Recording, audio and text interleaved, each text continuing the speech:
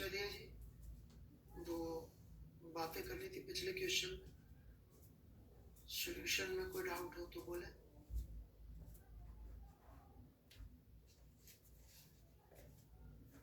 जितना मैंने बताया उसमें कोई डाउट हो तो पूछ सकते हैं। दो सवाल मैंने पूछे थे, उसके अलावा कोई डाउट है तो पूछिए। क्वेश्चन पूछने के लिए टैब ओपन है।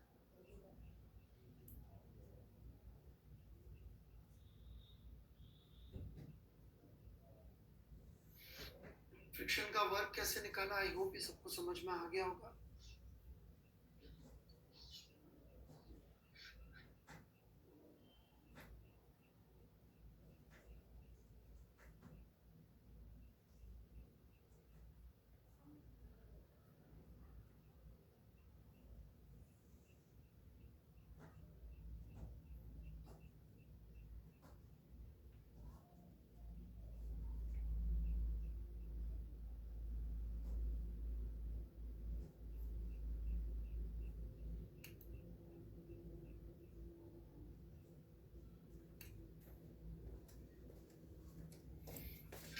ये काफी कॉम्प्लिकेटेड है, इसका 3D डायग्राम मैं समझाता हूँ।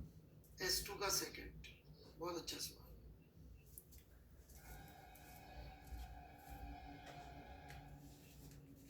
पहले पिछली बार की कहानी खत्म करते हैं फिर समझाते हैं।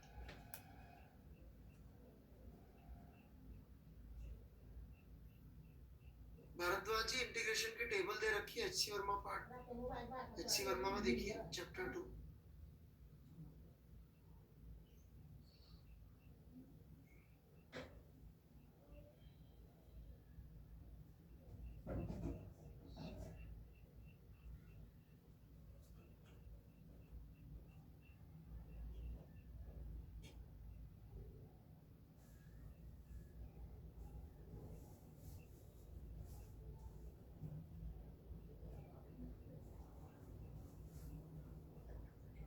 चलिए, जो जो आपके क्वेश्चंस के डाउट है उनको से रिलेटेड थोड़े से वो ले लेते हैं।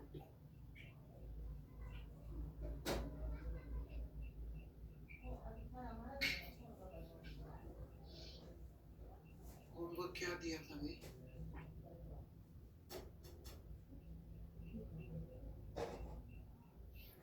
एनएलएम की शीट थी पूरी की पूरी।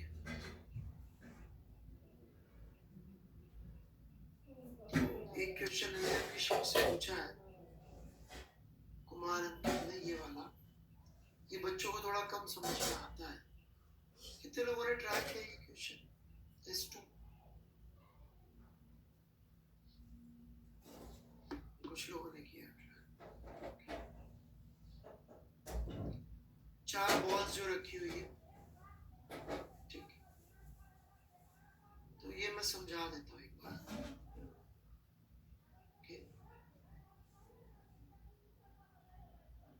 हाँ, 3D देखिए, इसका यदि अपन टॉप व्यू बनाएंगे, S2 का क्वेश्चन, ठीक है, देख लीजिए जिन्होंने ट्राई भी नहीं किया तो फिर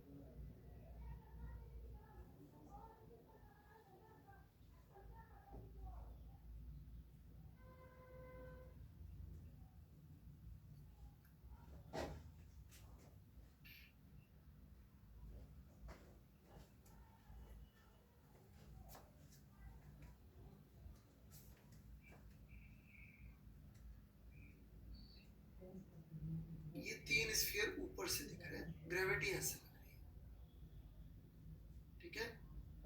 और चौथा स्फीयर D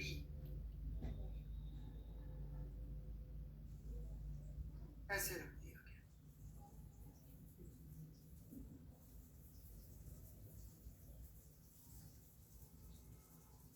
तो यदि अपन, हाँ जी, बीच तो A, B और C जो तीनों स्फीयर के सेंटर है, उनके बीच की एक दूसरे की दूरी 2r 2r 2r, और उनके ठीक बीच वाला पॉइंट जमीन के उस लेवल पे जहां पे सेंटर है, उसको यदि मैं O बोलूं तो O सेंट्रोइड होगा।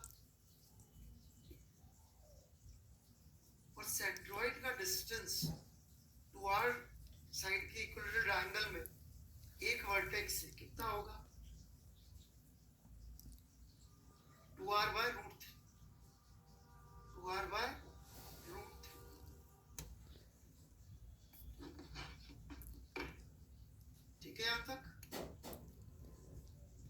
यहां तक? अब अगला फिगर अपन जो बना रहे हैं उसमें क्या करना है? ए ले लिया, ओ ले लिया, साइड व्यू बना रहे, ग्रेविटी ऐसे लग रही है। ए से ओ के बीच की दूरी 2r/√3। कोई डाउट?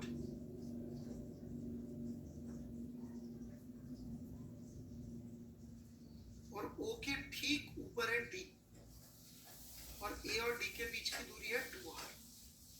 ये चित्र साइड व्यू से बना है, इसमें ग्रेविटी ऐसे लग।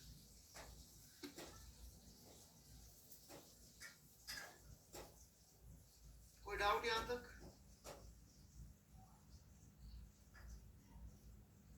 कुमार अंकित जी पक्का?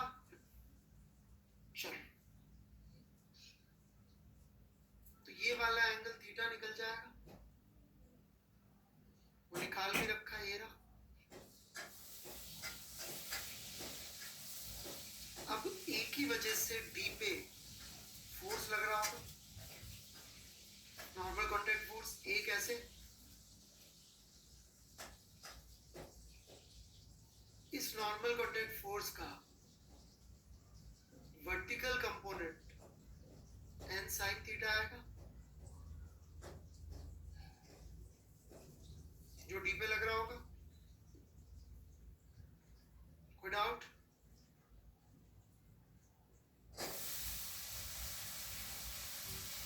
जैसा ए और ओ की कहानी है, ठीक वैसी कहानी बी और ओ और सी और ओ की भी, मतलब बी और ए और डी की कहानी है, वैसी कहानी सी और डी और बी और डी की भी होगी। Hence 3n sin theta net vertical component आएगा ऊपर की तरफ, और डी के ऊपर एक mg लग रहा होगा।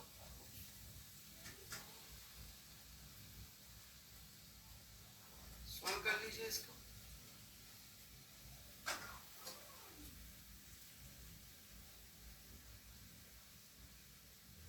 ये अभी तक नॉर्मल कॉन्टैक्ट फोर्स निकला है जो ए और डी के बीच में लग रहा है। आराम से बना लीजिए, मैं वेट कर रहा हूं, फिर आगे बढ़े।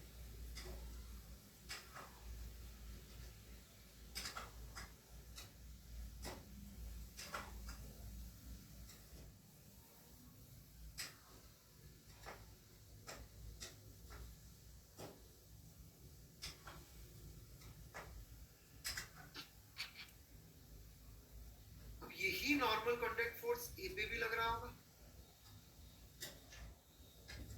Like this, third low pair. इस थर्ड लो पेयर का एक हॉरिजॉन्टल कंपोनेंट भी आ रहा होगा, n cos थीटा। अब वापस से यदि मैं ए, बी और सी का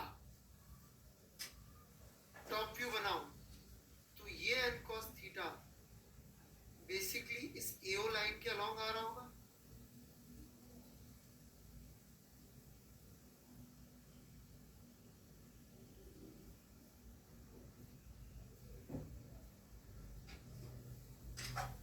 जो इस ए को बाहर की तरफ फेंक रहा होगा, बनाते जाइएगा। इसको रोक के रखने वाले दो फोर्सेस होंगे, एक AB के अलोंग, एक AC के अलोंग।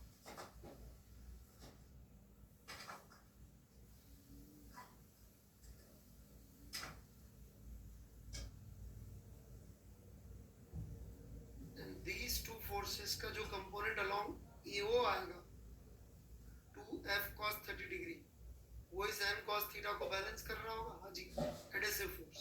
सॉल्व। बहुत प्यारा क्वेश्चन।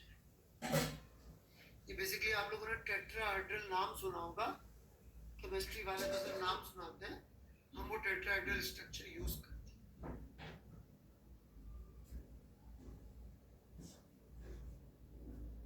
टेट्राहेड्रल स्ट्रक्चर है, हाँ जी, मीथेन का।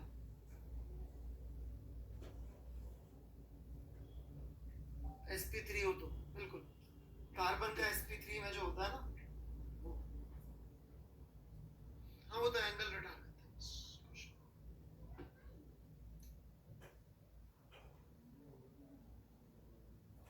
इंटरेस्टिंग क्वेश्चन था तो मैंने सोचा।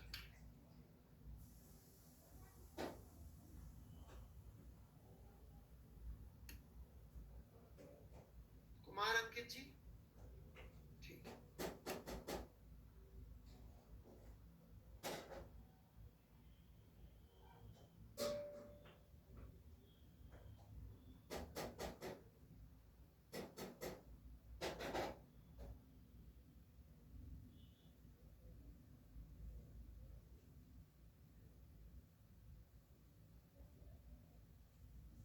We are done, ठीक है।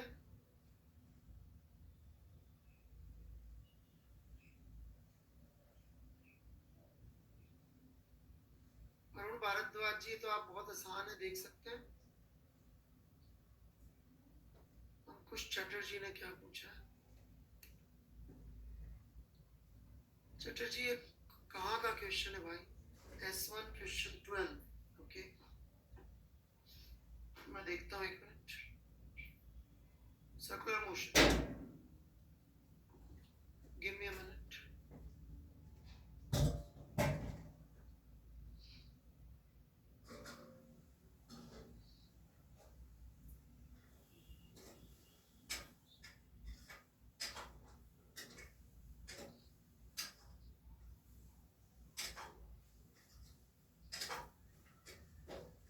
Say in this question, since the string is same, after some time it should be like this.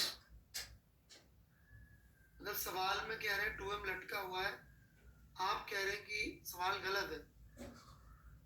क्यों भाई?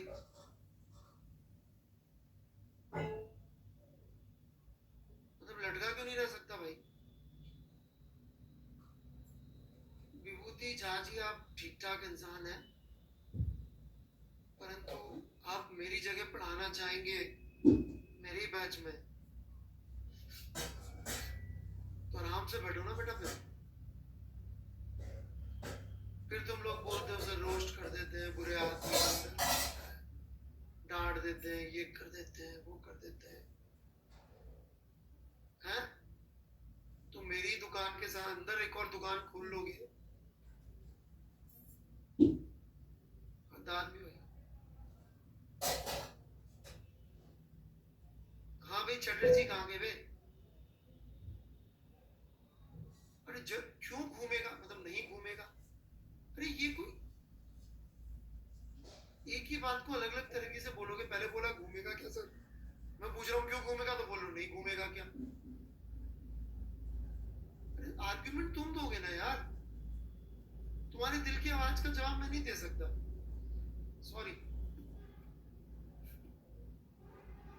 तुम चटर्जी हो, तुमसे पूछेंगे भाई सबसे अच्छा खाना क्या होता है, तुम बोलोगे माछेर झोल। अब बेचारा कोई यहाँ पे वेजिटेरियन बैठा हुआ है, जैन, वो बोलेगा भाई मुझे नहीं खाना यार माछेर झोल। तुम्हारे दिल की आवाज माछेर झोल के लिए जाती है, उसकी खिचड़ी के लिए जाती है, आतिश जैन की। दिल की आवाज पे कैसे आर्ग्यूमेंट करूंगी?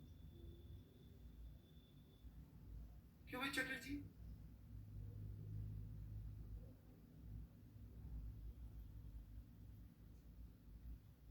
लॉजिक देना मुझे।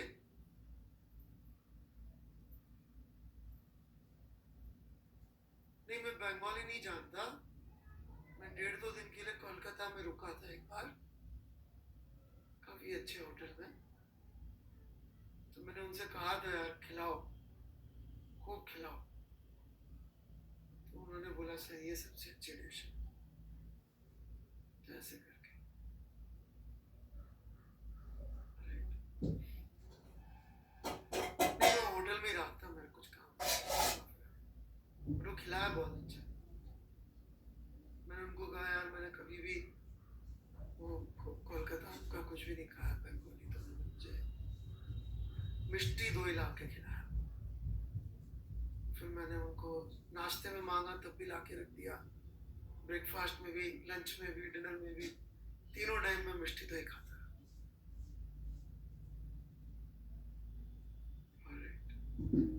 खैर अपन बंगाली खाने पे चले गए चटर्जी के चक्कर में। चटर्जी कोई काम की बात करनी है तो करेगा। और तेरे ट्राई किया था, अरे मेरे भाई, तो वो स्ट्रिंग तेरी बिल्कुल मास्कलेस और इलास्टिक थी, होल बिल्कुल छोटा था, फिर ऐसे थोड़ी चलता है बेटे, वो रुका हुआ है, बस खत्म, सॉल्यूशन दे रखा है। चलो, मेरी ब्रांड इमेज ठीक है, इसलिए मैंने इतनी बात भी की, है ना? हाँ बोलो। बंगाली ने मेरे को खाना बहुत अच्छा खिलाया था, इसलिए मैंने इतनी सुनी।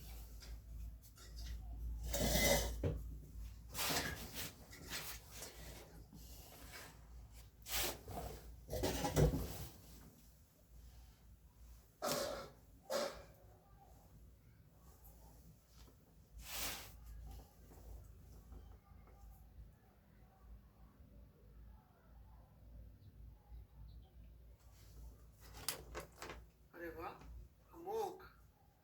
चलो, किसी ने आंसर दे दिया है। अमोघ, आर यू हियर?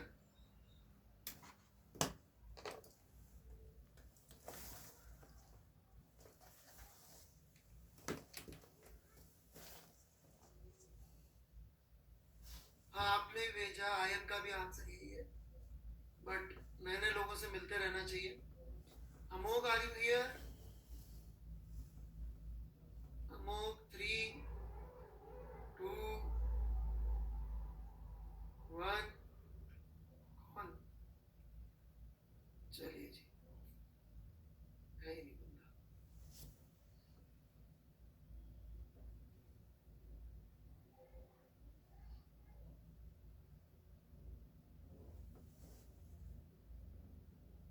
इंटरनेट की स्टेबिलिटी का बड़ा। चटर्जी ने भी भेजा था शायद से।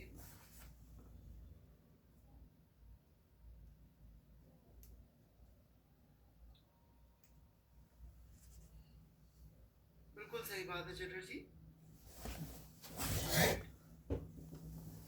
कि यदि सब लोग समझ ले पहले इसको, यदि स्लो की जगह कांस्टेंट हो जाए तो चेंज इन काइनेटिक एनर्जी तो अभी भी जीरो ही आएगा।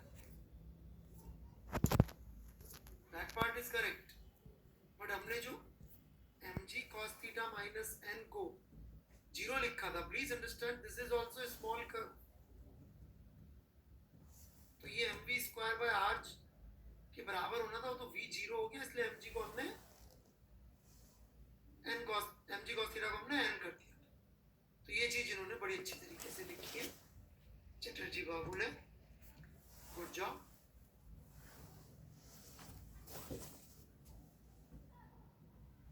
अरे भाई, पहले दूसरों को तो समझा लेने दे। चटर्जी, तू अपने सारे पॉइंट्स खत्म किए जा रहा, सही बता।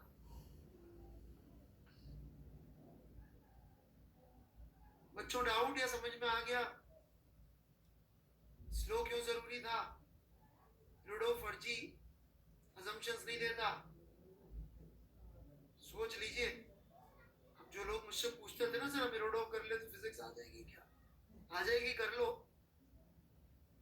बिल्कुल आ जाएगी।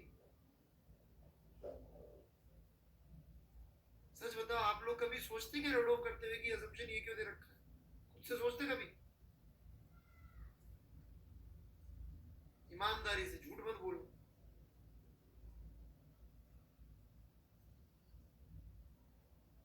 रोडो किसके साथ कर रहे हो, कैसे कर रहे हो, सब पे डिपेंड करता है।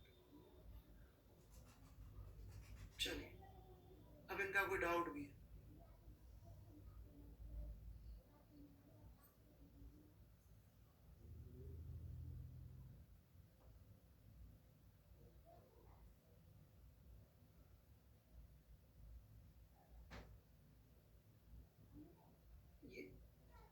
ये क्या हुआ यार?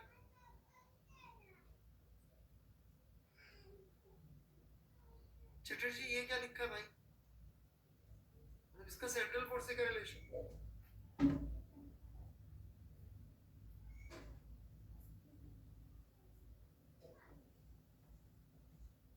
Only dependent on are.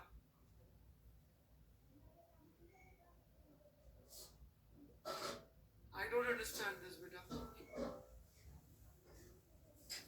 इससे ये कैसे कंक्लूड हुआ? जल्दी।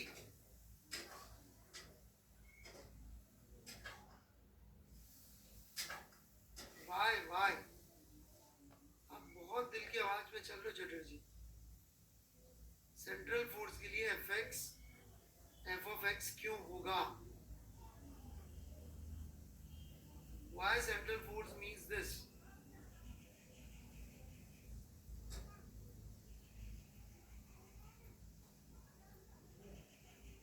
बेटा ऐसे लॉजिकल तुक्के मैथ से मारते हैं।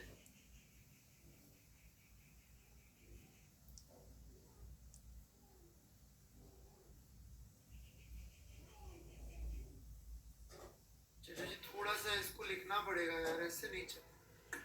Sorry, if you are going mathematical then please go rigorous।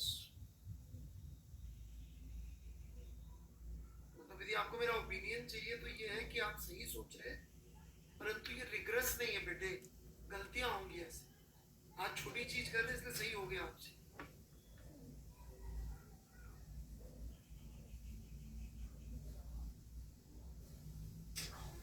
अभी छोटी छोटी चीजें कर रहे हैं तो आपकी सही चल रही है बात। कभी कॉम्प्लेक्स चीज में ऐसे तुक्के मारोगे बिना रिग्रेस प्रूफ के तो गलती हो जाएगी।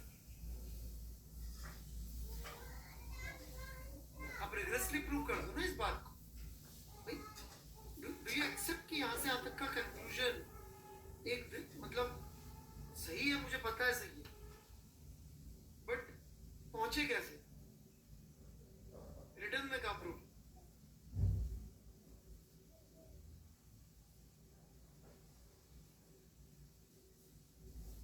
हाँ हो गया, मैंने गिनती भी गिनी थी, रिकॉर्डिंग देख लीजिएगा अमोक जी।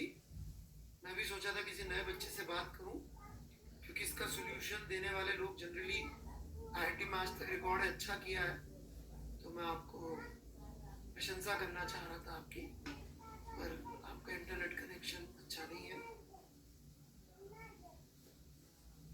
ओके, कुछ कहना है और चटर्जी?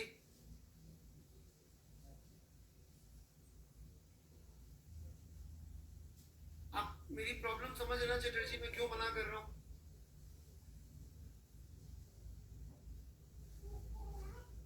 है ना, ताकि आपसे, हाँ ताकि आपसे आगे गलती ना हो।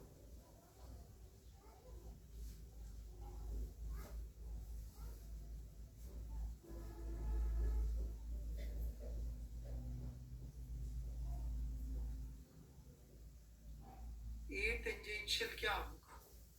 बहुत आसान है, ये वेलोसिटी है।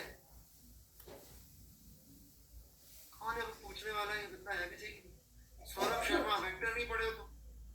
Are you here mister Saurabh Sharma? Saurabh Sharma, are you here? Okay, tangential acceleration क्या होता है? एक्सीलरेशन का component along velocity.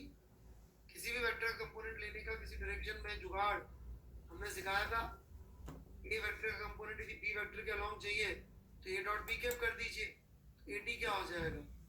A dot V cap, because A dot V cap would be A cos theta. तो ये ए डॉट वी कैप भी तो कर रखा। Got it mister Saurabh Sharma?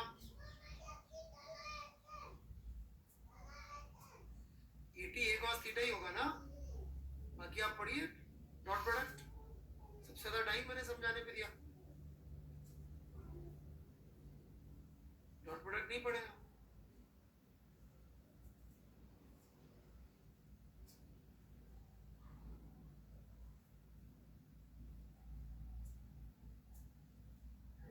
यार ये गलती से कोप्लेनर वेक्टर क्रॉस प्रोडक्ट का क्वेश्चन आ गया मेरा जी, जहाँ पे भी आया है।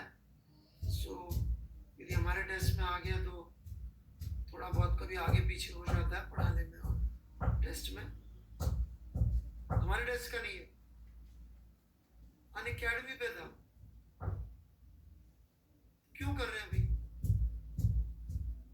अभी मैंने क्रॉस प्रोडक्ट नहीं पढ़ाया भाई। पढ़ना है तो क्रॉस प्रोडक्ट पढ़ लो, बड़ा सिंपल सा फॉर्मूला है। और इसका मैथ्स से क्या लेना देना है फिजिक्स से? ये तो मैथ्स का वेक्टर उठा के किसी ने डाल दिया। ये मैथ्स में 12th में कराते हैं, मैथ्स के 12th में कराते हैं। जब लोगों से फिजिक्स के अच्छे सवाल नहीं बनते ना देखो बेटा, फिजिक्स का मैंने कराया आपको शानदार खूबसूरत सवाल, रोडोव का ये वाला ब्यूटीफुल क्वेश्चन। अभी भी इसका एक पार्ट बचा। जब ये सब लोगों को नहीं आता तो टाइम कैसे पास करेंगे खुद का और बच्चों का? This is the way out.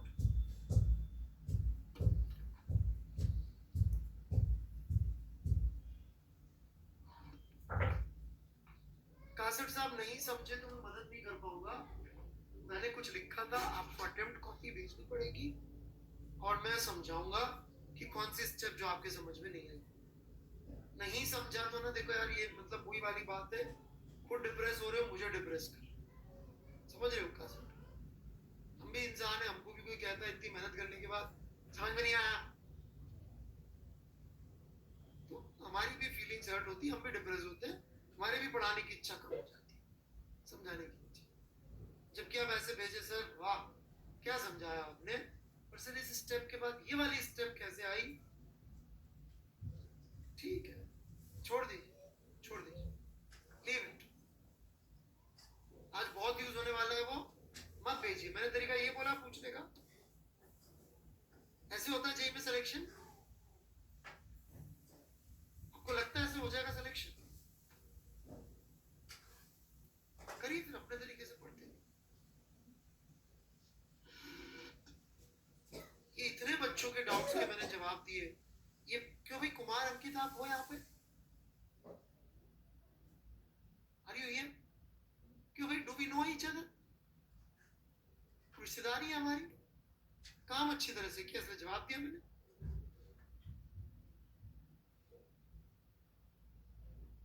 ये बच्चे ने पूछा मैंने जवाब दिया, ये बच्चे ने लिख के भेजा जवाब दिया, और तो चटर्जी है तब भी दिया। ये बच्चे को मैंने इतनी देर तक वेट किया।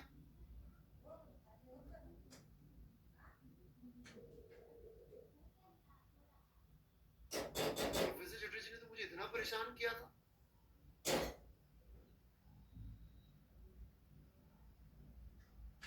पहली क्लास में बाहर निकाल दिया था मुझे क्लास। यूनिवर्सिटी डायमेंशन की गलती खुद कर रहे थे, फिर भी मैंने जवाब दिया। सी हाउ जेंटलमैन आया।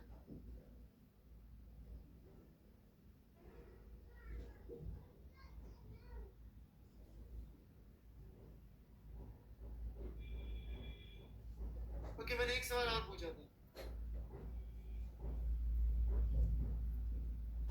फ्रिक्शन कंजर्वेटिव है कि नॉन कंजर्वेटिव है? परंतु यहां पर मैं इस पॉइंट ए से इस पॉइंट बी तक अलग अलग रास्तों से जाऊं, फ्रिक्शन का वर्क कितना आ रहा है? How do we explain this?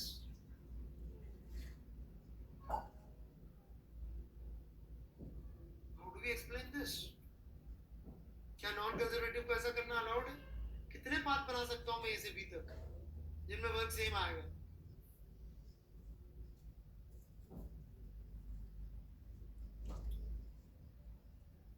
I can practically make infinite paths.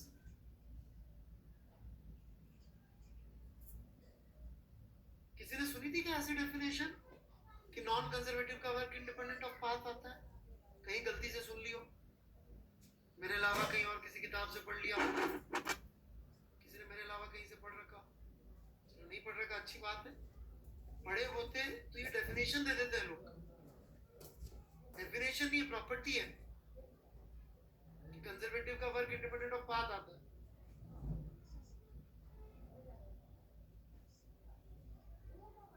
अब यहाँ तो ऐसा लग रहा है ना कि इंडिपेंडेंट ऑफ पाथ आ रहा है। ये वर्क कौन सा, फोर्स कौन सा है? Non conservative. और प्रूफ कैसे देंगे? प्रूफ देने का सबसे अच्छा तरीका ये देखिएगा, मैं ए से बी इस रास्ते से गया, इतना वर्क किया, और बी से वापस इस रास्ते से आ गया।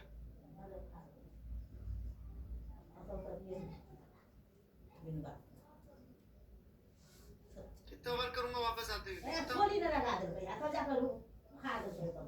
भी नेगेटिव हो जाएगा। क्या जीरो आया, क्या नहीं आया?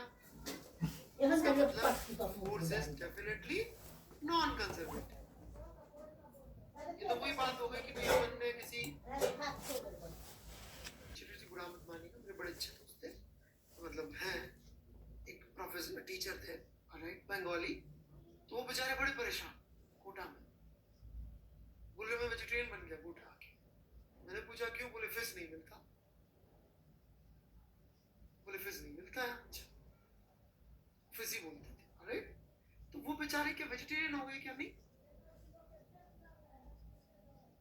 फिश मिलता ही नहीं तो वो वेजिटेरियन हो गए, but by definition he is not a vegetarian.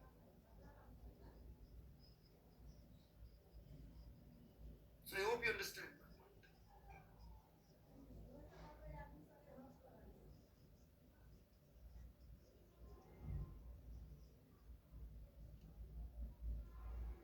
Clear है बिल्कुल? तो यहाँ पे बिहेव कर रहा है कंजर्वेटिव जैसे, बट है नहीं, डेफिनेशन चेक करनी पड़ेगी। अपन ने किसी नॉन वेजिटेरियन का इंटरव्यू शुरू किया, उससे पूछा चिकन खाते हो? नहीं। उससे पूछा, अलग अलग जानवर का नाम लेते रहे अपन, वो नहीं नहीं नहीं नहीं नहीं, नहीं बोलता। He can't still conclude। वैसी बात, तो सारे जानवर का नाम लेना पड़ेगा,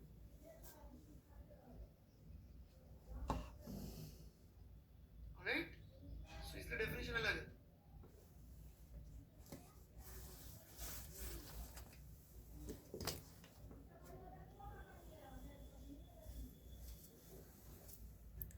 बड़े आगे, प्रशांत जी आप मुझे घर पे खाने पे बुला रहे हैं क्या? Very asking such questions.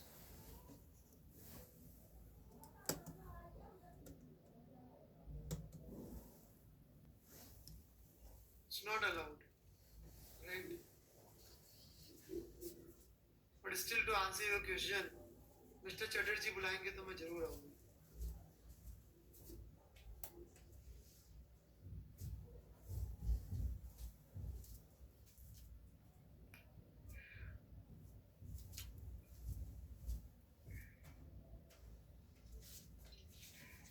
अब आपको तुक्का मान लीजिए, ऑलराइट? चलिए जी,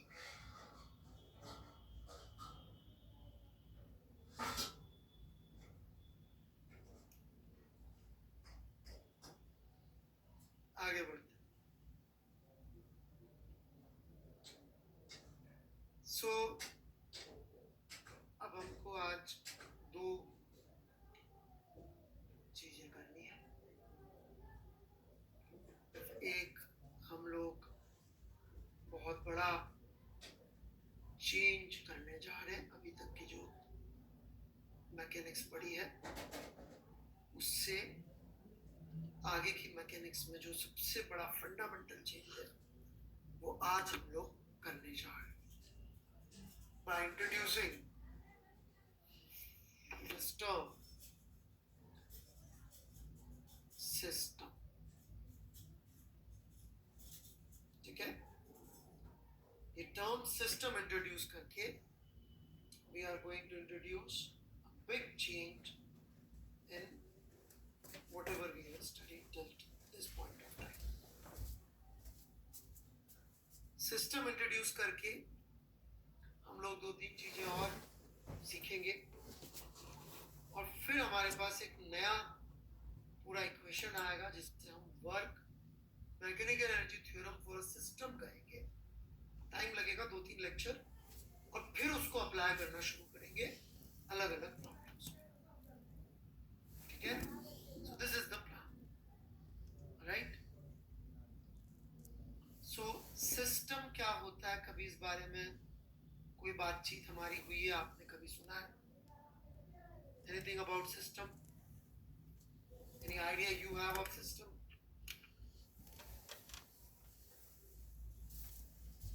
Same acceleration, दुबे जी पता नहीं कहाँ से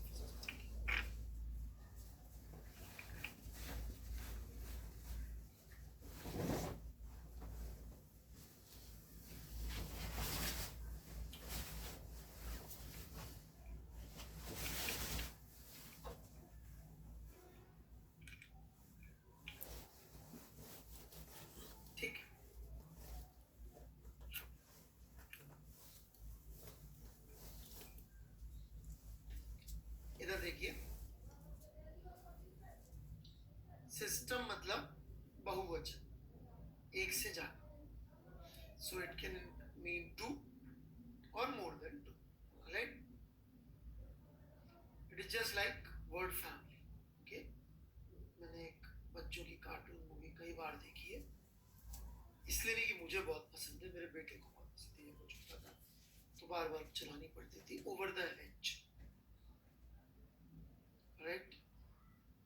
तो उसमें क्या होता है, एक बंदा एक कार्टून कैरेक्टर होता है, पूरी मूवी बोलता रहता है, बुरे बुरे काम करता है, और पूरी मूवी में बोलता रहता है ये मैं अपनी फैमिली के लिए कर रहा हूँ, अपनी फैमिली के लिए कर रहा हूँ, अपनी फैमिली के लिए कर रहा हूँ। मूवी के एंड में पता पड़ता है, उससे पूछते हैं तेरी फैमिली में कौन कौन है, बोलता है मैं खुद, बस। So that is not family. Alright. So system मतलब एक से ज्यादा, right? Two or more than two. ठीक है? Now pay attention. मान लीजिए एक सिस्टम में हमने एक पार्टिकल ए, एक पार्टिकल बी, एक पार्टिकल डी को माना सी ई एफ सिस्टम में नहीं है, बाहर है। ये हमने सिस्टम की बाउंड्री बनाई। ये बाउंड्री कोई मकान का कमरा, कोई मकान, कोई टेबल का पार्ट, कुछ भी एक हो सकता है। ठीक है? एक बड़ी इंपॉर्टेंट बात मैंने पिछली क्लास में समझाई थी, क्योंकि किसी बच्चे ने पूछ लिया था कि DW का कोई मतलब होता है कि नहीं होता है। राइट? तो मैंने बताया था नहीं, हम लोग हमेशा इनिशियल से फाइनल दो स्टेट्स के बीच में बात करेंगे। वर्क एनर्जी थ्योरम इनफैक्ट जो हमने पिछली क्लास में डिराइव भी करी थी, तो वो कुछ इस तरह की थी कि net work done on a particle is final kinetic energy minus initial kinetic energy. तो फाइनल स्टेट में जब हमने जाके देखा उसी फिजिकल बाउंड्री को, तो उसमें हमें ए मिला, सी मिला, एफ मिला, बी और डी हमें बाहर मिले, और ये अभी भी बाहर था। प्लीज अंडरस्टैंड, यदि हमने सिस्टम इस समय बोला था कि it is A plus B plus D, तो ये फाइनल वाली स्टेट में सिस्टम क्या होगा? A plus B plus D ही होगा। सिस्टम फिजिकल बाउंड्री पे डिपेंड नहीं करता। फिर अभी तो कोरोना चल रहा है, और मान लीजिए कोरोना नहीं चल रहा होता था और आप अपने पड़ोसी के घर में जाके कुछ लफड़ा कराए, तो वो प्रॉब्लम आपके पिताजी की थी भाई साहब, यानी कि पड़ोसी के घर में जाके आप कुछ तोड़फोड़ कर रहे हैं, तो आप पड़ोसी की फैमिली के मेंबर हो गए, वहां कुछ लफड़ा करके आएंगे, पिताजी को झेलना पड़ेगा, क्योंकि आप जिस सिस्टम या जिस फैमिली के मेंबर है, आपके पिताजी की फैमिली है एसेंशियली। कुछ लफड़ा करेंगे तो पिताजी को झेलना पड़ेगा, पड़ोसी नहीं झेलेगा। तो अपन ने जिसको एक बार सिस्टम डिफाइन कर लिया, कहने का मतलब ये है, ऑलराइट, वो सिस्टम में जो इनिशियली था वही फाइनली रहेगा। ना कोई एडिशन हो सकता है, ना कोई डिलीशन हो सकता है। No addition and no deletion possible. वो डिलीशन भी नहीं हुआ है, राइट, और कोई एडिशन भी नहीं हो सकता।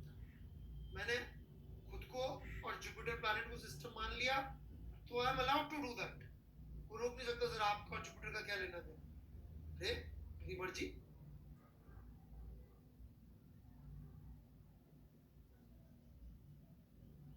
Do you get that?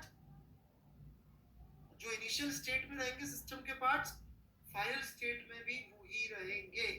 ये लिख लेना हिंदी में, बंगाली में, पंजाबी में।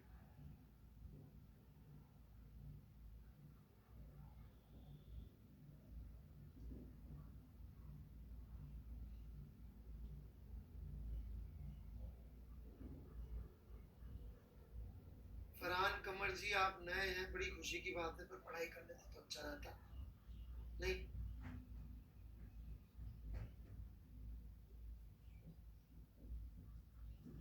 बाकी आप बोलेंगे तो बैठ के गप्पे मार लेंगे।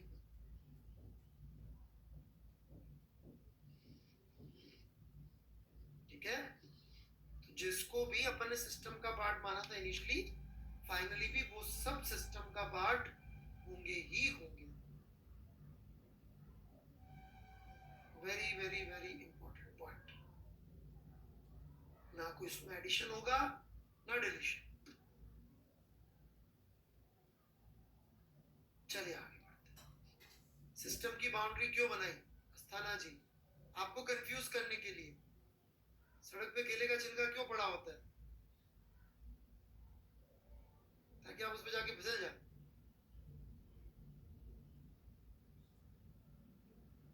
बस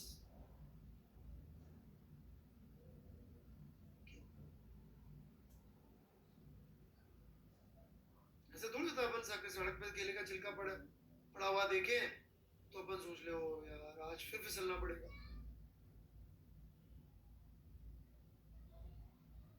छिलका क्यों पड़ा है? फिसलने के लिए, तो फिसलना पड़ेगा। आई होप आप ऐसा नहीं करते होंगे उस्ताना जी।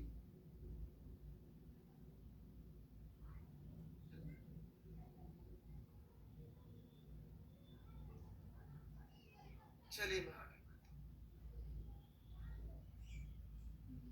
तो हम लोग ये इक्वेशन को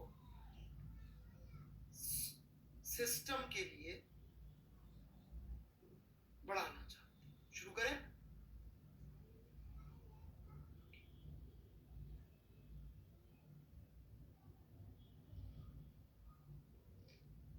तो सिस्टम में अनेक पार्टिकल,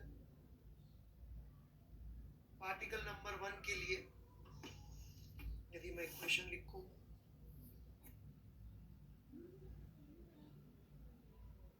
तो वर्क डन ऑन 1 के दो हिस्से होंगे।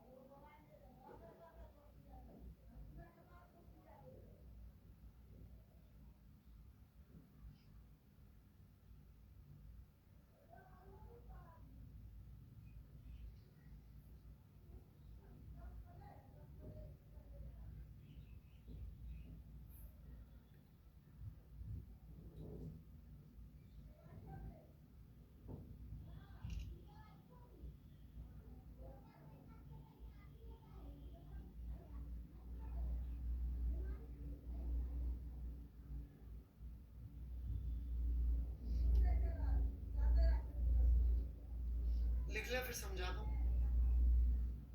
लिख के थम्स अप मार दीजिए। बहुत सारी बातें बोलने के लिए।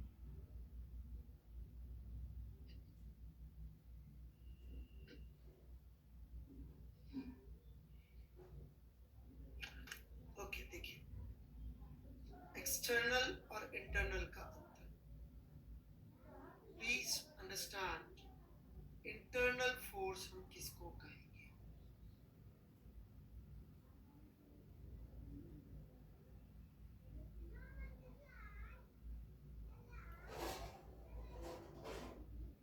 इंटरनल फोर्स उसको कहेंगे जिसका थर्ड लॉ पेयर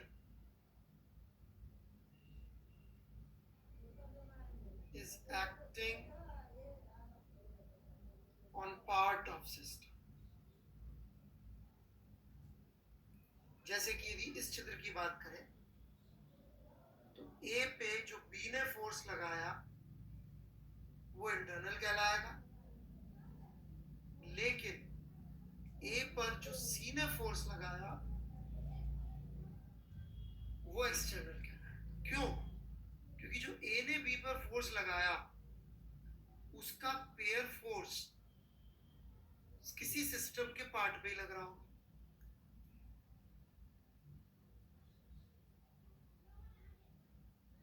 जबकि जो ए पर सी ने लगाया उसका पेयर फोर्स सिस्टम के बाहर के किसी एजेंट पे लग रहा हो।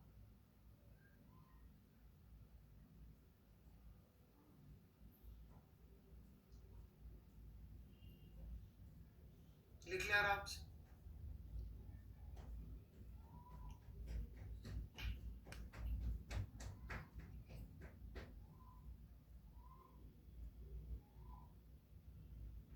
इंटरनल एक्सटर्नल में कोई डाउट?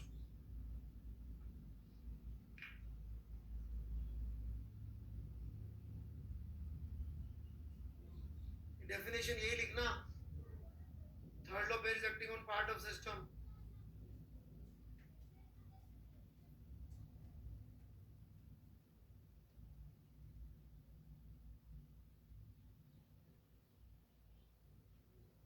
क्या बात समझ में नहीं आई भारद्वाज जी?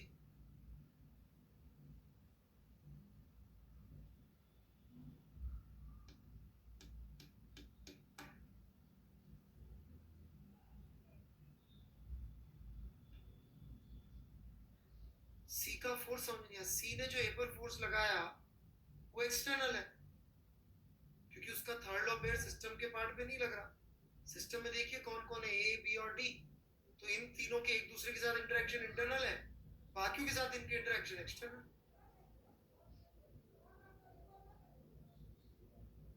इनके एक दूसरे के साथ सारे इंटरेक्शन इंटरनल कहलाएंगे और बाकी दुनिया के साथ जितने भी इंटरेक्शन होंगे सब एक्सटर्नल कहलाएंगे। यही हम कह रहे हैं।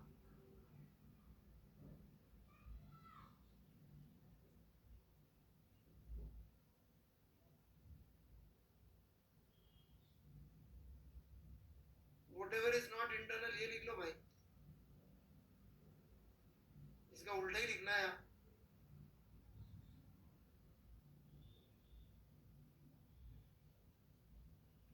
सौरभ शर्मा, ये कैसे हुआ, ये कब हुआ, ये क्यों हुआ?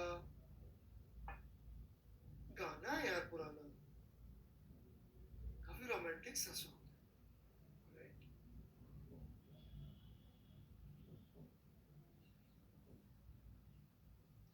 फिजिक्स का डाउट हो तो पूछ लीजिएगा, मैं जरूर जवाब दूंगा।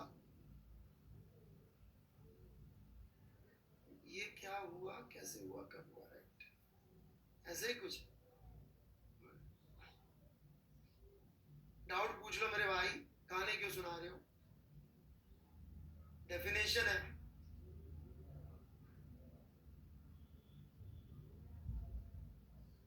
हाँ जी, जो भी बाहर वालों पे लगा वो एक्सटर्नल है, राइट। इन तीनों के इंटरेक्शन एक दूसरे के साथ इंटरनल, इसके अलावा ए के ऊपर जितने भी फोर्सेस कोई और लगा रहा दैट इज एक्सटर्नल। हाँ, ये रेड वाला एक्सटर्नल फोर्स है। ये पे यदि मुझे इंटरनल फोर्स लिखना होगा तो ये पे इंटरनल फोर्सेस होंगे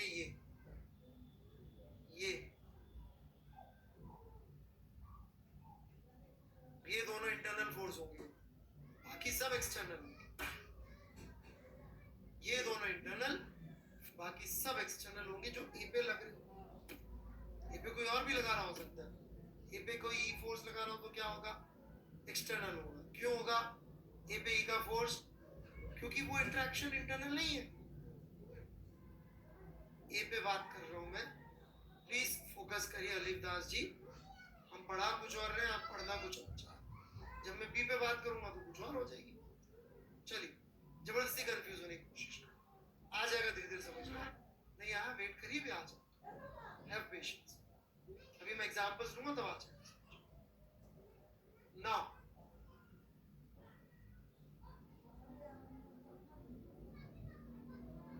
बार हमारे को ऐसी आवाज आ सकती है दिल की कि सर इंटरनल फोर्सेस तो वर्क नहीं करती।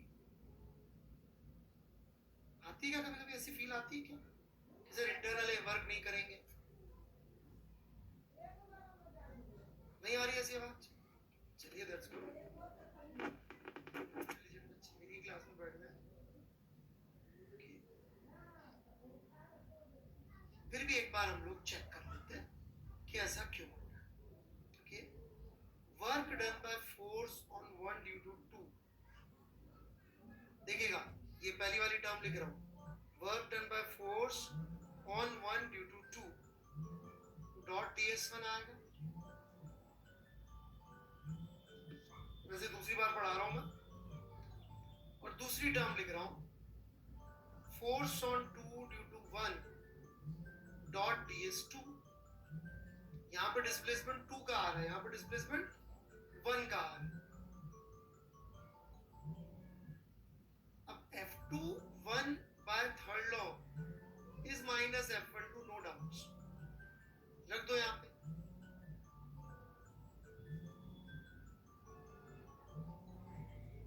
बट डज दैट मीन कि जीरो हो जाएगा? नहीं, not necessary. In fact let me take a beautiful example of this thing. जब कोई बंदा सड़क पे दौड़ रहा, पहले खड़ा था, अब दौड़ने लग गया, तो उसकी काइनेटिक एनर्जी बढ़ी कि नहीं बढ़ी? सिस्टम की बढ़ी, राइट।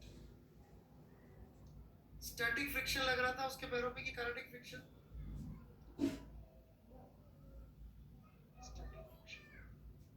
स्टैटिक फ्रिक्शन जिस भी पैर पे लग रहा था, उस पैर की वेलोसिटी, उस पैर का उस समय कितने वेलोसिटी थी? 0। हेंस स्टैटिक फ्रिक्शन ने उस पे कितना वर्क किया था? 0। फिर उसकी काइनेटिक एनर्जी किसने बढ़ाई? फिर उस आदमी की काइनेटिक एनर्जी किसने बढ़ाई? इंटरनल फोर्सेस ने। एक भाई बोल रहा अर्थ है, तू दौड़ता है तो अर्थ थकती है क्या बे? धरती मां पुकारती तेरे को, मत दौड़, मैं थक गई, रुक जा बेटा।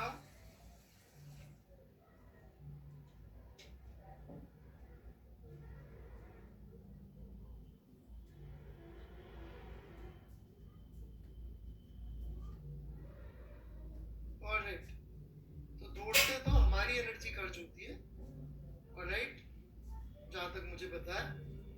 तो दौड़ने से आपकी एक्सरसाइज हो रही है, बिकॉज आपके इंटरनल फोर्सेस वर्क कर रही है। इनफैक्ट कार पे मैंने क्या सिखाया था, कौन सा फ्रिक्शन एक्ट करता है कार पे? स्टैटिक।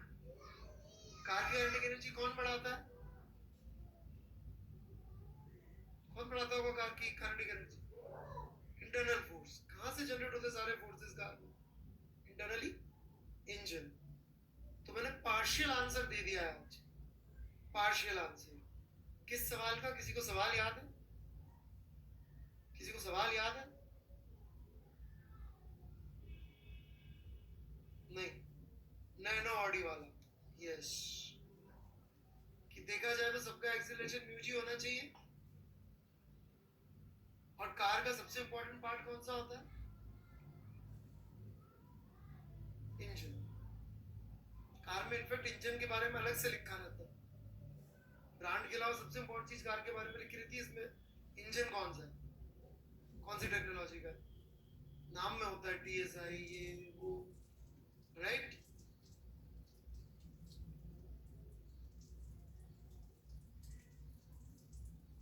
क्योंकि जो उसकी पावर होती है, और इनफैक्ट इंजन के बारे में उसकी वॉल्यूम तो लिखी रहती है, और कितनी पावर जनरेट करता है भी लिखा रहता है, इतने हॉर्स पावर का इंजन, राइट।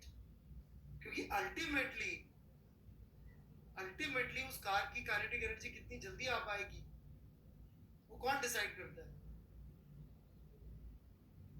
इंजन कितनी एनर्जी कितनी जल्दी डेवलप कर पा रहा है, क्योंकि अल्टीमेटली उसकी change in kinetic energy for car is by work done by internal forces.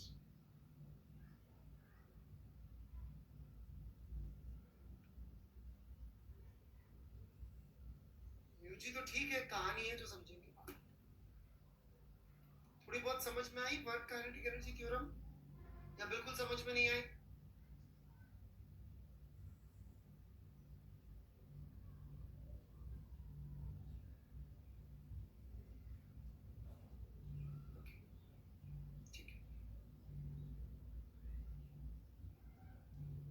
इसमें हमें क्या ध्यान रखना है?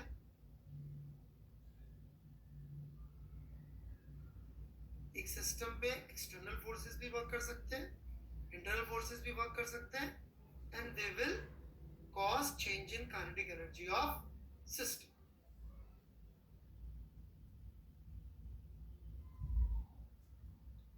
ठीक है?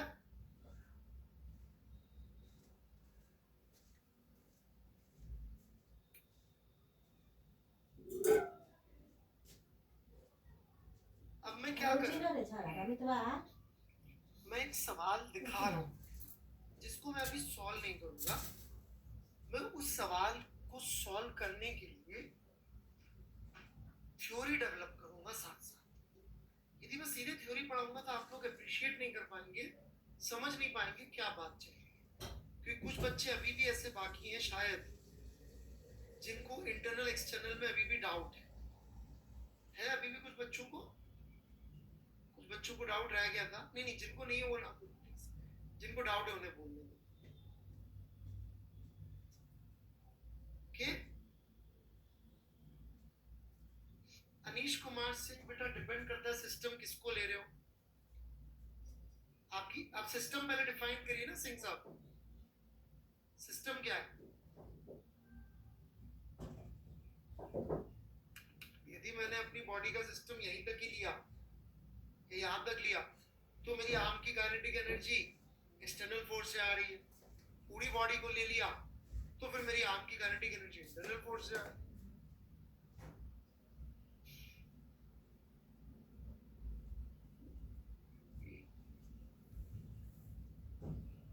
ठीक है?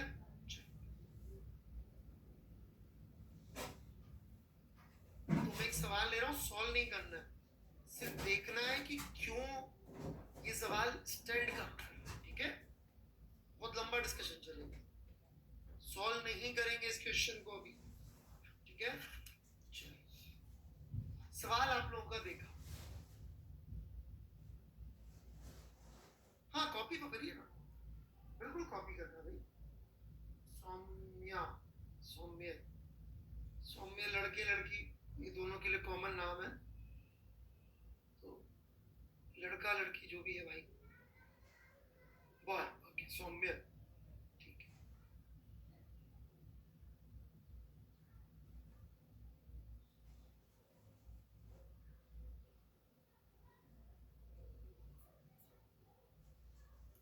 ओके, मेरे पास सवालों की बहुत कमी है, मुझे बहुत कम सवाल आते हैं। कई लोग मेरे ऊपर ऐसा आरोप लगा देते हैं, शायद सही भी है। सेम सवाल मैं बार बार कराता रहता हूँ। किसी को याद आया ये question?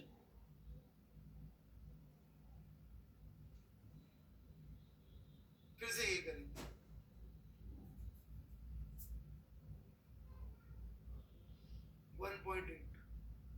with a little bit twist, ज्यादा नहीं, हल्का सा ट्विस्ट है।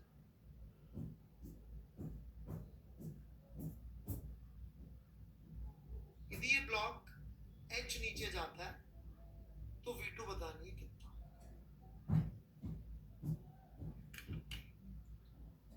मैं बहुत जबरदस्त चीजें बताने जा रहा हूं आज। Alright, please focus properly. नहीं तो आज सी 12th के बच्चे भी पूरा सब कुछ जानते हैं। राइट, उनको वर्क एनर्जी भी आती है, मोमेंटम भी आता है, एंगुलर मोमेंटम भी आता है, इलेक्ट्रोस्टैटिक्स भी आती है, पोटेंशियल भी आता है, सब आता है। बस ये नहीं आता कि कौन से को लगाना है।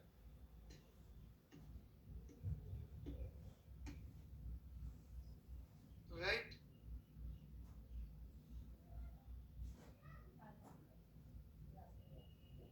ध्यान से सुनिए। ये एच नीचे जाए तो m2 की वेलोसिटी क्या होगी? This is the question. Right,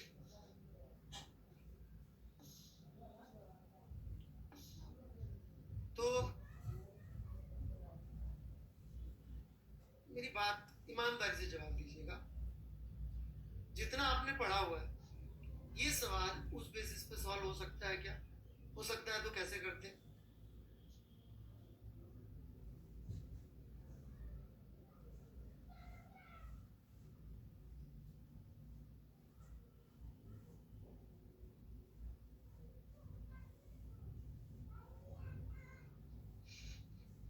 wait कर लेते तो ज्यादा अच्छा रहता। बिना सोचे आपने नो या यस आंसर दे रहे हैं। सवाल ये था हो सकता है तो कैसे करते, even that should have been an hint. But खैर आपको चैटिंग में लिखने की जल्दी है।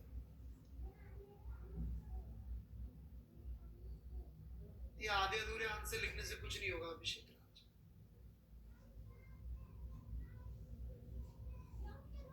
Very bad. अमर गुप्ता को तो पहले से वर्क एनर्जी कम आती है। ऑलराइट, पता नहीं क्यों टाइम वेस्ट कर रहा है अपना यहाँ पे।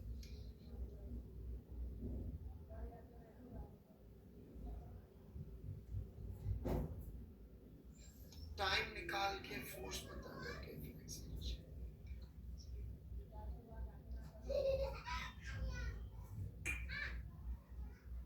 Very bad answer mister Chatterjee.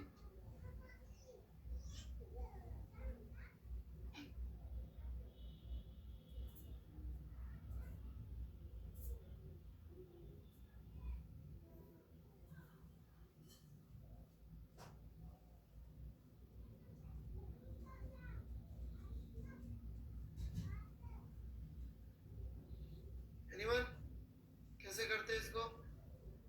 पूरा प्रोसेस बोलिए, ऐसे नहीं चलेगा।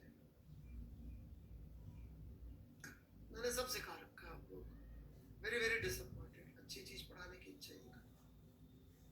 Very disappointed. मैं चैट बंद कर रहा हूँ, 2 मिनट तक कोई कुछ नहीं लिखेगा।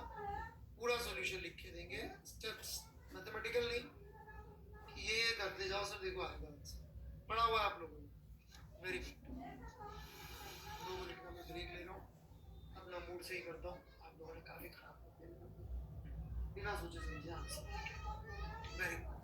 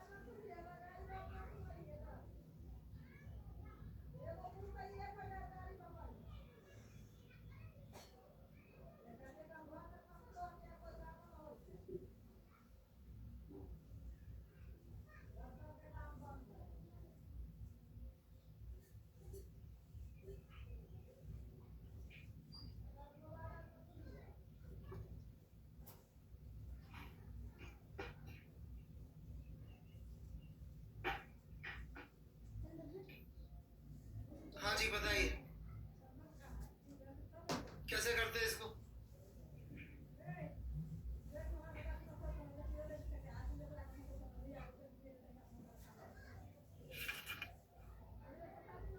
तो पढ़ा ही नहीं पाऊंगा आगे, बहुत बेकार होगा यदि आपको ये नहीं पता होगा इसको सॉल्व किया जा सकता है।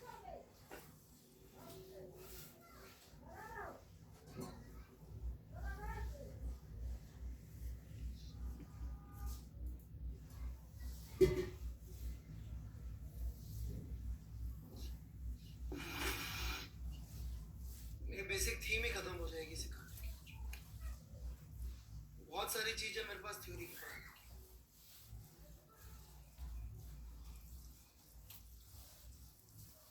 बिल्कुल सही बात, वेरी गुड। देखिए एसेंशियली ये क्या कह रहे हैं, क्या अपन ने इन दोनों का एक्सीलरेशन निकालना सीखा हुआ है बच्चों या नहीं सीखा हुआ है? बताइए।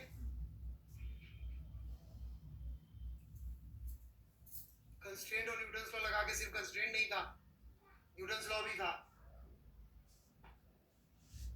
जिसमें अपन ने ये रिलेटिव एक्सीलरेशन भी निकाला था इसका। यदि एच गिर रहा है तो इधर कितना चला होगा ये भी बता सकते हैं अपन। तो अपन टाइम निकाल सकते हैं सारा जुगाड़ करके।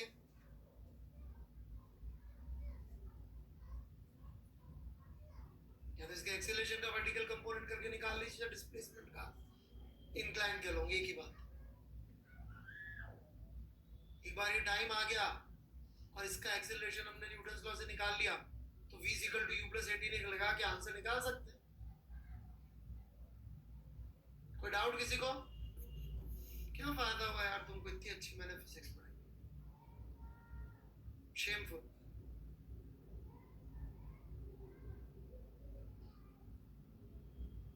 आपने किया ही नहीं इस सवाल को दोबारा ट्राई कभी भी।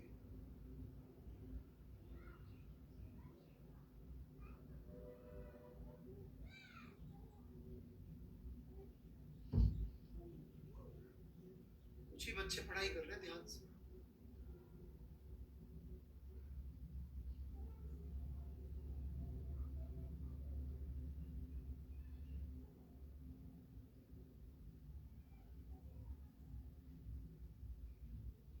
चैटर्जी वर्क एनर्जी की तो बात ही नहीं होती।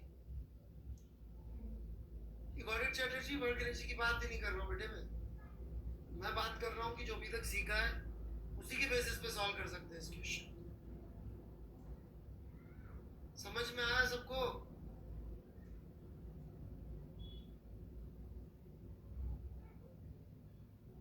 फिर भी समझ में नहीं आया तो आप लोगों के पास एच.सी. वर्मा होगी, खोलिए उसको एक बार, पेज नंबर बताता हूँ मैं।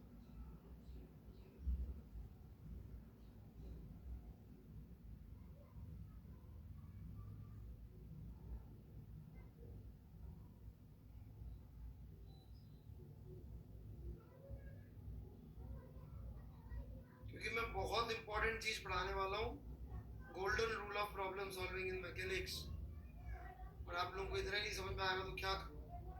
पेज नंबर 164 पे जाएगा, मैकेनिक्स क्या, golden rule of problem solving physics पढ़ाने हैं, पेज 164 पे जाएगा, HCV पेज 164।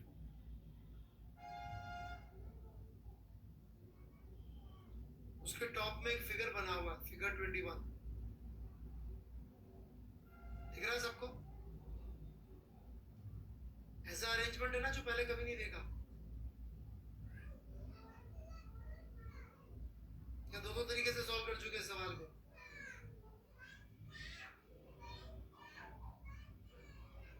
इसमें भी बेसिकली ये पूछा है कि जब ये नीचे उतर के आएगा तो वेज की वेलोसिटी कितनी होगी। कर सकते हैं इसको solve?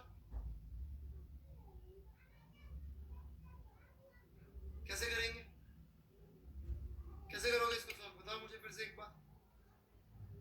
How would you solve it?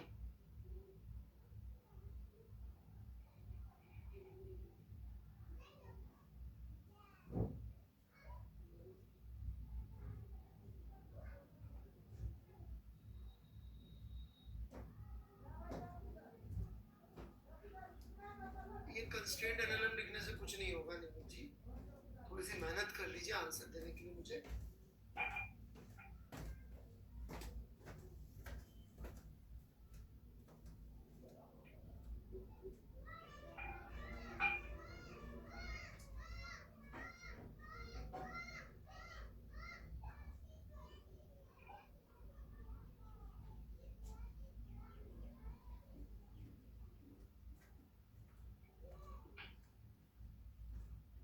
Acceleration निकाल लेंगे दोनों का, एक्सेलरेशन से ये निकाल लेंगे कितनी देर में नीचे पहुंचेगा।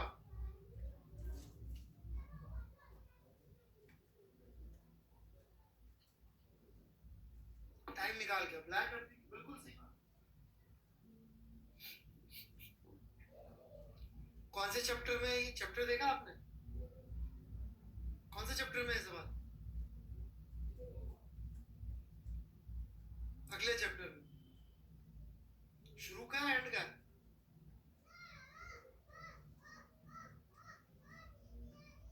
तो ये दो चैप्टर पढ़ा क्यों है वर्मा जी? तो नहीं, मेरी बात भी समझ में आ रही है कि नहीं? सब लोग चैप्टर पढ़ाते हैं, मैं चैप्टर क्यों पढ़ा रहे ये समझाने जा रहा हूँ, डिफरेंट अप्रोच से सॉल्व करने के लिए। नरेश गुप्ता जी, हम यहाँ के मजे करना है कि डिफरेंट अप्रोच से सॉल्व करने के लिए? बिल्कुल बेकार आंसर। इन्हें मोमेंटम पढ़ाना है क्योंकि सिलेबस में है, बहुत बड़ी।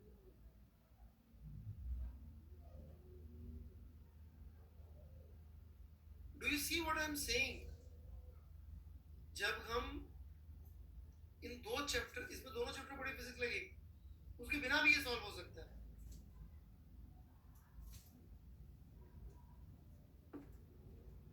नहीं जी, आरबीटी में जरूरत नहीं पड़ेगी।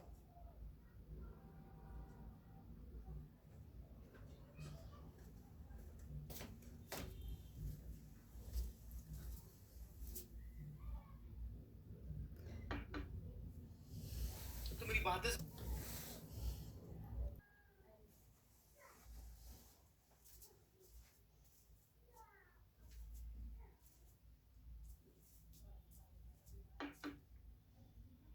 तो मेरी बातें समझ में नहीं आ रही है आप लोगों को? फिजिक्स को जबरदस्ती इंटरेस्टिंग बनाने के लिए, शशांक शर्मा जी, फिजिक्स को जबरदस्ती इंटरेस्टिंग बनाने की जरूरत नहीं है। ऐसे सब्जेक्ट का नाम सी से शुरू होता है, राइट? फिजिक्स को कभी जबरदस्ती इंटरेस्टिंग बनाने की जरूरत नहीं पड़ती। यदि फिजिक्स नेचुरली इंटरेस्टिंग नहीं है, इनफैक्ट मैंने अभी रिसेंटली ट्वीट किया था कि teachers who teach physics boring या who make physics boring are criminals.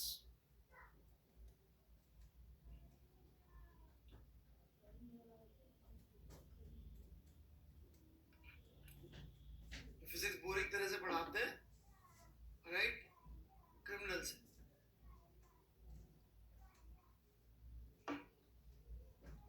Report कर दीजिए थाने में। हाँ, शायद वॉल्टर लेविन का क्या। So let's try to focus again.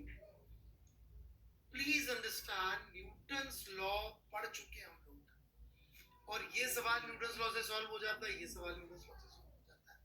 कहानी यही खत्म नहीं होती। जब 12th में जाओगे बच्चों, तो वहां पर, जैसे मैं आपको पहले ही चैप्टर पढ़ा रहा हूँ इलेक्ट्रोस्टैटिक्स, वहां पे एक टर्म आएगी इलेक्ट्रिक फील्ड, जो बेसिकली फोर्स के इक्विवेलेंट आइडिया होगी। एक टर्म आएगी पोटेंशियल, जो बेसिकली एनर्जी के इक्विवेलेंट आइडिया होगी। समझ रहे हैं क्या मेरी बात? और कई सवाल ऐसे होंगे जो दोनों से सॉल्व हो सकते होंगे,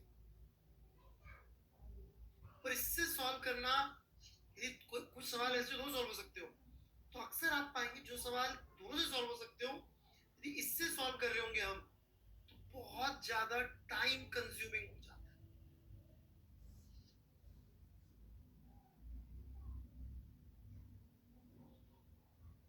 तो हमारे को कोई तरीका चाहिए। क्या ये सवाल न्यूटन्स लॉ से सॉल्व हो सकता है? यस। क्या ये वर्क एनर्जी से सॉल्व हो सकता है? यस। क्या ये न्यूटन्स लॉ से सॉल्व हो सकता है? यस। क्या ये वर्क एनर्जी मोमेंटम से सॉल्व हो सकता है? Yes. Now my point is this, बेटा अभी तो ये सवाल मैंने वर्क एनर्जी पढ़ाते हुए कराया, तो गधा तक कितना भी बड़ा गधा हो दुनिया का, वो कह देगा सर देखो वर्क एनर्जी का चैप्टर चल रहा है तो वर्क एनर्जी लगाना, इसमें सोचने की कहां जरूरत है। ये सर देखो 9 चैप्टर में एचसीवी के, तो सर ये तो गधे से गधा आदमी बोल देगा, ये तो अपन को मोमेंटम से करना है। माय पॉइंट इज दिस कि जब आप एग्जाम में बैठोगे जेई के पेपर में, तो कैसे पता लगेगा कि मैं पोटेंशियल से सॉल्व करूं या फील्ड से सॉल्व करूं? ये दोनों से सॉल्व हो सकता है। कैसे पता लगेगा जेई के एग्जाम में कि एनएलएम से चलूं या कंजर्वेशन लॉ से चलूं, यदि प्रॉब्लम दोनों से सॉल्व हो सकती है?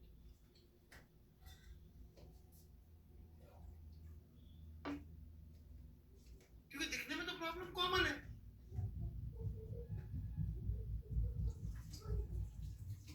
How would you identify? कैसे देखोगे फास्ट किससे होगा सर जी?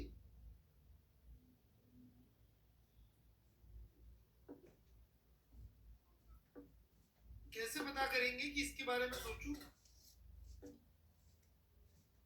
तो भी पढ़ रहे हो बेटा इसलिए लग रहा है, एग्जाम में वहां ट्राई करोगे सोनी जी।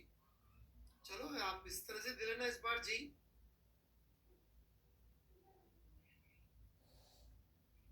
कैसे पता पड़ेगा ज्यादा आसान होगा? Consider all options. चलिए आप सब गिव अप मार के बैठे, आप लोग लेक्चर ऑफ कर दीजिए, मैं तरीका बता रहा हूं कि कैसे पता कर सकते हैं सॉल्व करने से पहले। राइट, जिनके सब ये उल्टे सीधे आंसर हैं उनको बाय बाय राम राम। बाकी जिनको कोई उम्मीद बची है उनके लिए मैं सॉल्यूशन दे रहा हूं।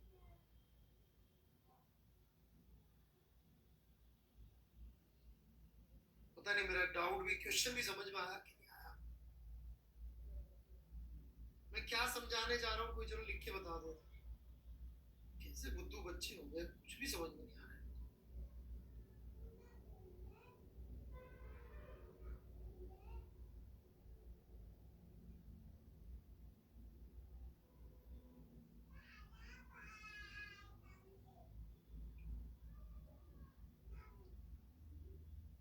कौन से अप्रोच से आंसर फास्ट आने के चांसेस है, यदि दोनों से सॉल्व हो सकता है तो?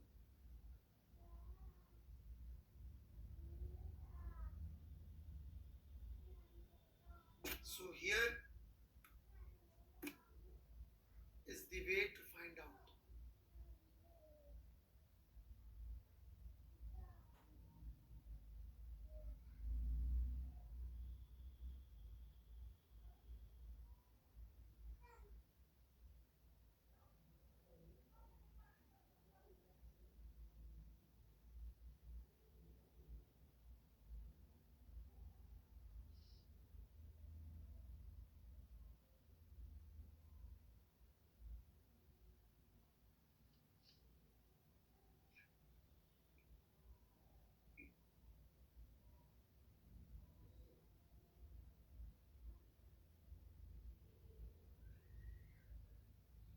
यदि प्रश्न में समय की बात नहीं कि इतनी देर बाद बताओ ये कहां पहुंचा,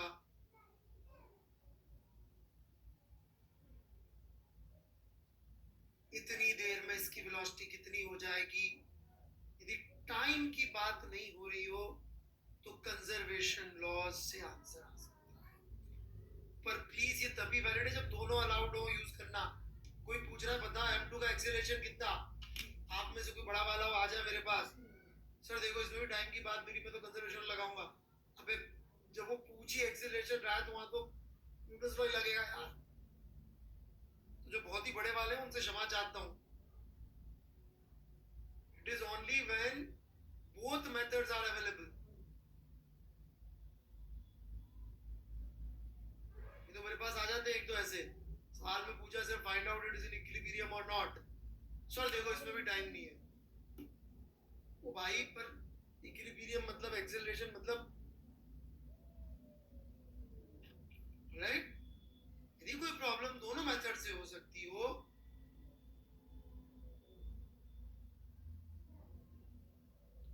what is the meaning of बड़े वाला?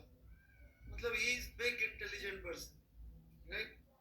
Not fit for JEE preparation, he is fit for bigger things in life. वो बड़े काम करने के लिए बने, right?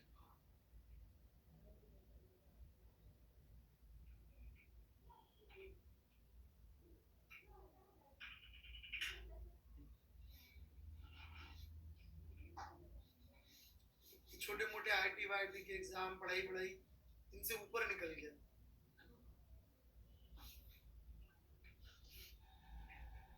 Positive complement.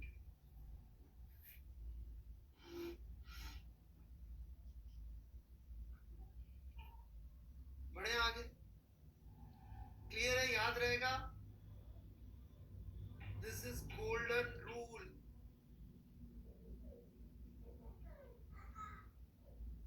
Of physics problem solving.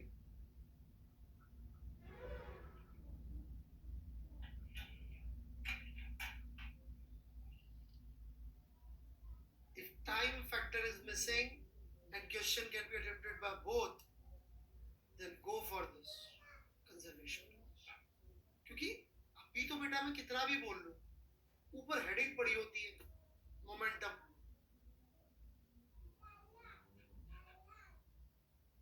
आप जैसे लोग भी मोमेंटम ही लगाएंगे, क्यों? ऊपर हेडिंग पड़ी है मोमेंटम।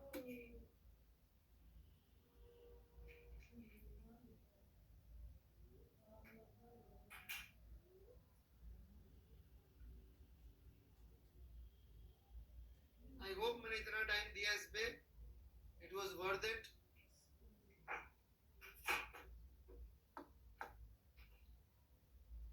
सेकंड पॉइंट पे आगे बढ़ूंगा मैं इसी सवाल पे। तो हमसे पूछा था h नीचे आएगा तो f2 की वेलोसिटी क्या होगी, राइट? ठीक है, चलिए जी, बहुत सारी चीजें मेरे पास पढ़ाने को यहाँ पे।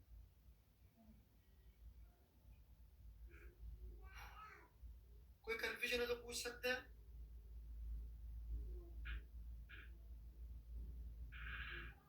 यश गौतम जी का काफी जबरदस्त एक्सपीरियंस है जेई देने का।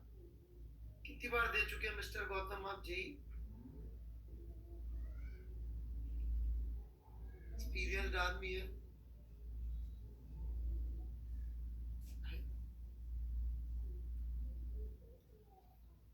यार मैं लोगों के फेवर में बात करता हूँ, पलट जाते हैं। मेरे में कोई खराबी है?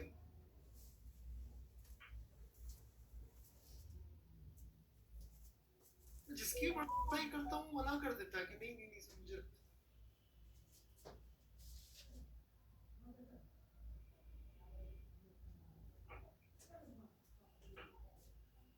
मैं तारीफ करता हूँ यार, लोग मेरी तारीफ ही नहीं ले पाते। I'm such a bad person।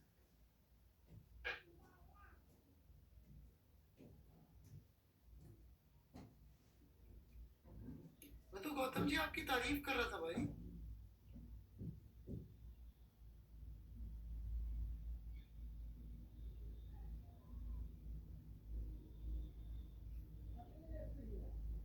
Now here we go।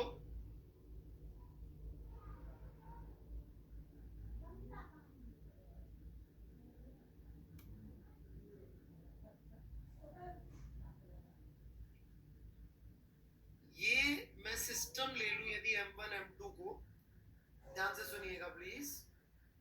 M1 M2 को यदि मैं सिस्टम ले लूं और मैं सिस्टम यहां तक ले रहा हूं ताकि चीजें क्लियर रहे सबको। रस्सी जहां दीवार में बांधी हुई है ना वहां तक। अब जरा आप मुझे एक एक करके बताएंगे, ऑलराइट? M1 M2 के बीच के इंटरनल फोर्सेस और इन पे लग रहे external forces. Ready?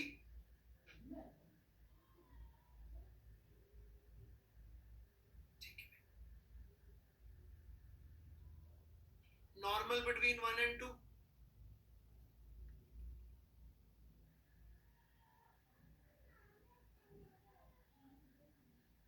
normal between 1 and 2? Internal.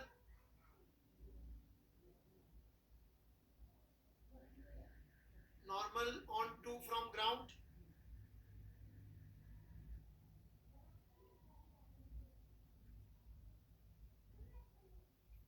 M1G and M2G.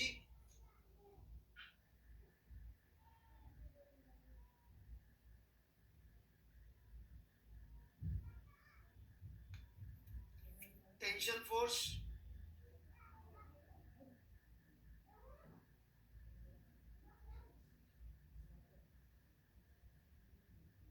Tension is actually internal क्योंकि M1 पे लग रही होगी, देखिए इधर, राइट, और वेज पे लग रही। देखिए हम यहाँ पे न्यूटन्स लॉ नहीं लगा रहे, लेकिन फोर्स लगाना आना अभी भी जरूरी है।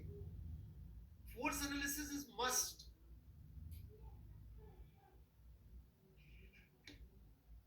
और रोप अपन ने यहां तक ले ली, तो इस पे जो एक्सटर्नल फोर्स लग रहा होगा वो दीवार का एक फोर्स एफ लग रहा होगा, बाकी जो टेंशन का फोर्स है वो इंटरनल होगा।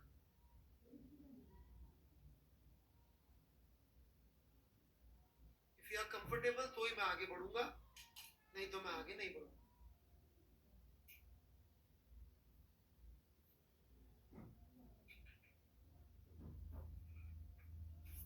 एफ दीवार का फोर्स रस्सी पे बनाया हुआ है इधर। कंफर्टेबल है सब लोग? लेकिन सर आपने अजीब सी बाउंड्री क्यों बनाई? वाओ, अगली बार मैं आपके एस्थेटिक सेंस को ध्यान में रखते बाउंड्री बनाऊंगा, राइट? ठीक है, मेरा क्या आर्टिस्टिक टच थोड़ा खराब है, ड्राइंग में फेल नहीं करते, बस इसीलिए पास हुआ हूँ। चलो भाई आगे बढ़ते।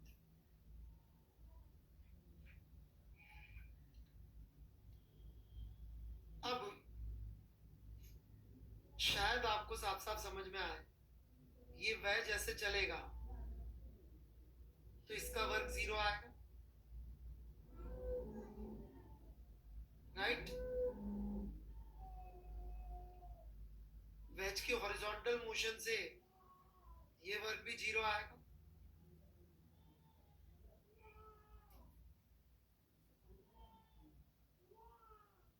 एफ जिस पॉइंट पे लग रहा है रस्सी के, उसका डिस्प्लेसमेंट कितना है?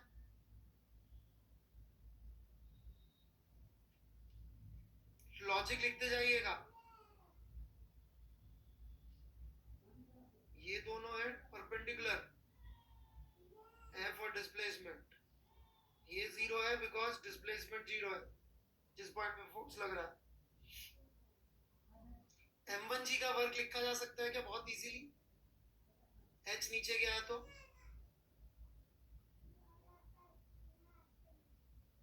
It has gone H down. क्या मैं M1G का वर्क लिख सकता हूं क्या? डिस्प्लेसमेंट नीचे, फोर्स नीचे। कुछ लोग पता नहीं क्यों माइनस कह रहे हैं, इट वुड बी प्लस भाई। M1GH।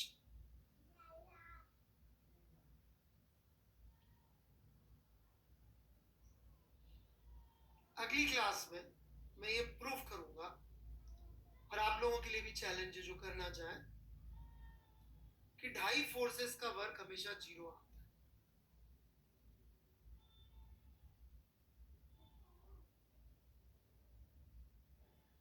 ढाई, 2.5।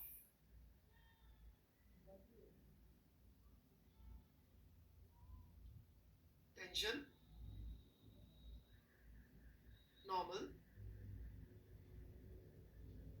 2.5, स्टैटिक फ्रिक्शन। इनका वर्क हमेशा 0 आता है, टोटल वर्क।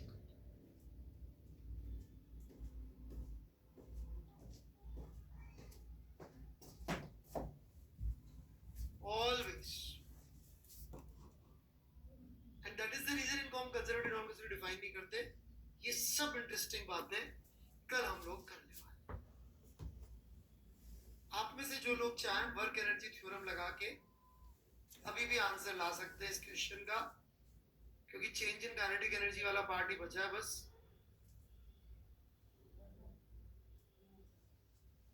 ये वर्क एनर्जी थ्योरम लिखी हुई है।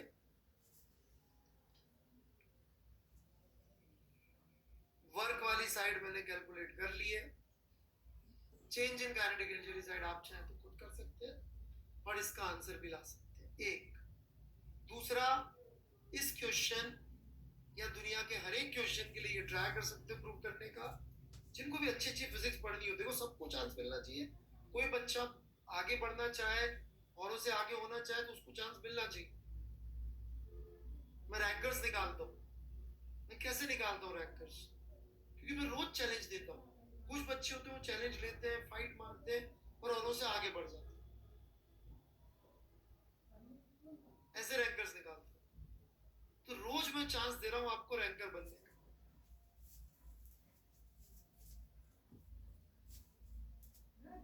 तो ये इस क्वेश्चन के लिए या दुनिया के सारे क्वेश्चंस के लिए आप प्रूव कर सकते हैं कि हमेशा 0 आएगा एक्शन और रिएक्शन के वर्क का। इससे मैं ये भी रिलेट करूंगा कि देखो मैंने बोला था इन तीनों के लिए हम कंजर्वेटिव नॉर्म से डिफाइन नहीं करते, याद है? बोला था मैंने ऐसा इस 2.5 के लिए, तो वो भी रिलेट करते। तो बहुत सारी चीजें होने वाली है इस क्वेश्चन के थ्रू, जैसा मैंने कहा था। और सबसे इंपॉर्टेंट, मैंने आज आपको गोल्डन रूल पढ़ाया है प्रॉब्लम सॉल्विंग का। ये आपको पूरे 2 साल काम आए, क्योंकि वर्क एनर्जी आज खत्म हो जाएगी, इसकी एप्लीकेशन 12th में भी आती है। 12th में I have seen very good students using field where potential could have solved problems very fast. 12th में बच्चे, टॉप बैच के बच्चों को मैंने गलती करते हुए देखा। बड़े बड़े अक्षरों में लिखने से ज्यादा उस पेज को मोड़ के रखना, क्योंकि नहीं तो पेज ही नहीं पढ़ोगे। ठीक है, चलिए जी।